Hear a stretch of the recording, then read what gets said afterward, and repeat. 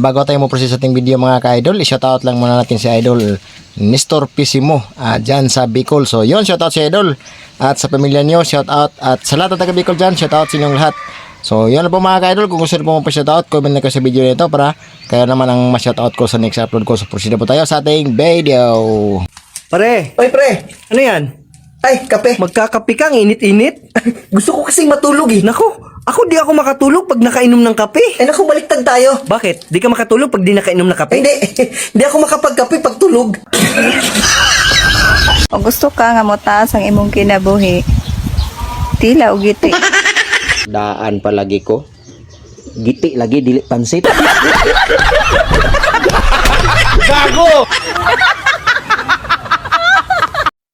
Sa sobrang palasingan mo, ayaw nang tumayo ng tarugo mo. What?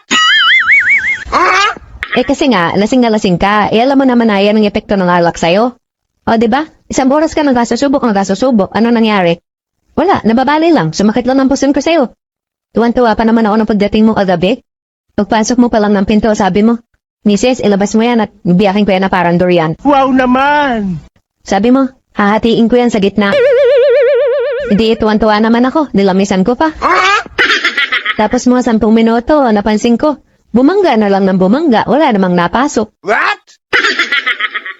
Tiningnan ko, ay sus, naging ulahi pa na pala. Bumilog na.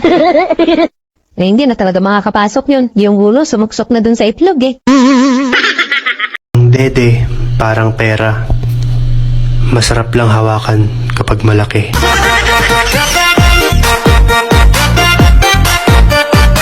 Ikaw, kung gutom ka, kumain ka. Hindi yung magtataray ka. Ha?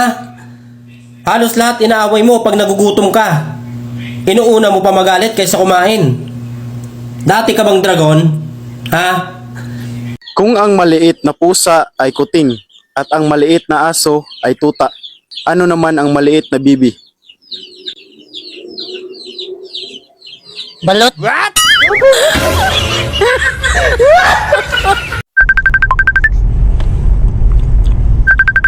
Hello, pre. Oh, pre, napatawag ka.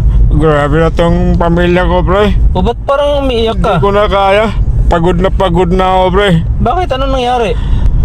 Sabi nila, anak daw ako sa labas eh. Pumasok ka kasi sa loob. Bakit kasi nasa labas ka? Mamaya mahamugan ka pa dyan. Ayan, Victor. Kaya ka nadidisgrasya sa trabaho mo kasi wala ka sa katinuan. Sino bang iniisip mo? Asawa ko po. Oh, saan ba asawa mo? Nasa isip ko po. Ano? Pare, alam ko na ang sekreto ni Ate Vicky kung ba't masarap yung mga ulam na binibenta niya sa kanto. Ganun ba? Oo. Paano mo nalaman? Kasi bumili ako sa kanya, sabi ko, Te, wala bang dagdag? Nagalit, sabi niya. Anong dagdag? Eh, ang mahal-mahal na ng gasolina ngayon. Kaya pala masarap kasi may halo pa ng gasolina. Oh, kala ko ba gusto mong tumalino? Huwag mo titigan yung mani. Kainin mo.